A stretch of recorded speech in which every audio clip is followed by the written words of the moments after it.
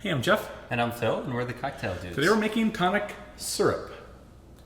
Quinine syrup, aka the cure for malaria. Right? Yeah. Yeah. If you think you got malaria, if you're sweating up a storm, Got a bad fever. maybe you should watch Dr. Oz instead of us, right? Go to your doctor. It's not really a medical show here. Go to your real doctor. Yeah. Well, quinine has been used for centuries to treat and cure malaria. Right. Discovered in the bark of the cinchona tree. Right. They called it Peruvian bark. Yeah, Peruvian bark. The Spanish viceroy's wife got a fever, probably malaria, and the local Peruvians said, hey, chew on this bark. Right. And aside from getting a mouthful of splinters, it cured her fever, right? It did. And so then for centuries on, I mean, it was eventually figured out that it's the quinine in the bark that cures the malaria. But, you know, when England went around to conquer the globe and sent their troops and folks to areas where malaria was endemic, Right. you know, they would give them quinine. They had their limes. Yes. They had their limes for their tonic. right? And they had their gin. Yeah. They were a sorry sack of people, right? Scurvy, malaria. Right. But yeah, they were very good at mixing whatever sort of medicine with alcohol. With their rational liquor, yeah. That's probably where Mary Poppins came from, right? Seriously, a spoonful of sugar helps the medicine go down. Probably secretly she was taking some gin along with it. I don't know. Right. But the tonic syrup you can buy. Like there's a few brands out there. All right. Typically, if you want quinine, which is the bitter part that makes these cocktails fantastic, you'd get it in your tonic water. Yeah. Right. But the advantage here is if you get the syrup, you can actually adjust, like how bitter do you want your tonic to be? Yeah. Do you want it more bitter or less bitter? Right. Yeah. So in order to make tonic syrup, you need some cinchona bark, right? That's about the one thing you need to buy on the internet because most people don't have those trees in their backyard. And you need a quarter cup of that, all right? It will be a little bit, there'll be dusty parts. You don't want the dusty bits, okay?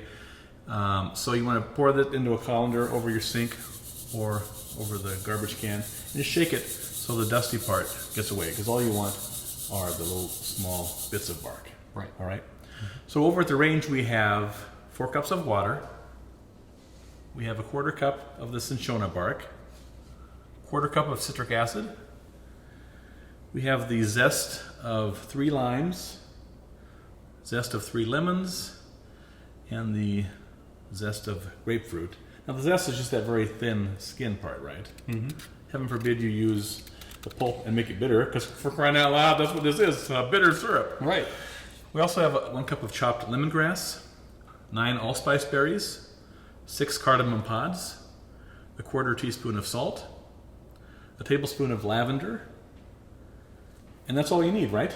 That's it. Yeah. So we take a large saucepot and add our water to that. Then we're going to essentially add everything else. Our cinchona bark, our citric acid, the peels of our limes, lemons, grapefruit,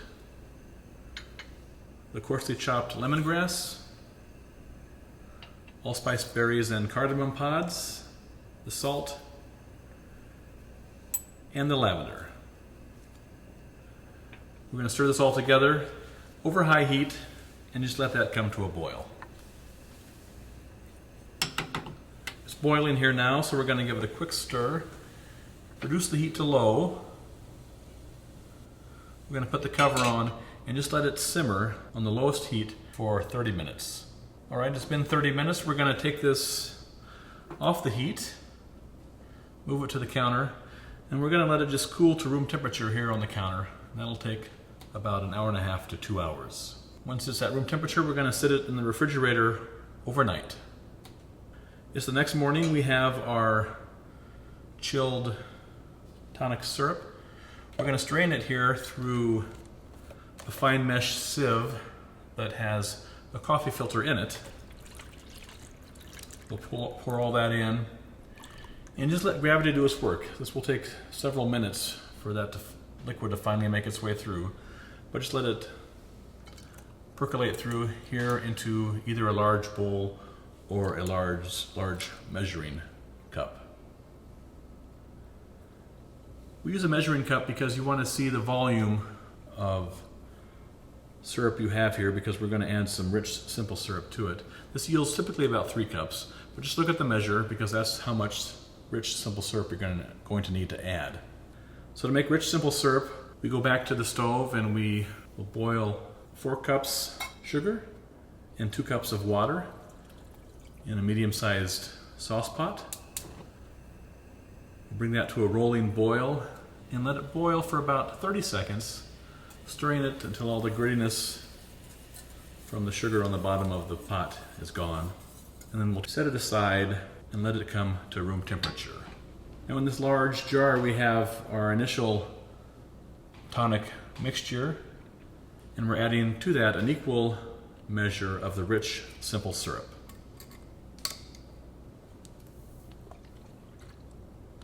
We'll then transfer that into a pouring device, and then through a funnel we'll pour that into several clean glass bottles. All right, here we have our homemade tonic syrup in our bottle here. We also have it in a smaller bottle that we give away as housewarming gifts. Yeah. You can give this away, and then with a recipe to make like a gin and tonic or something like that. And these will last you 3 months in the refrigerator. Right. And check out our recipes utilizing this, including our gin and tonic, the homemade version. But enjoy your tonic syrup. Cheers. Cheers.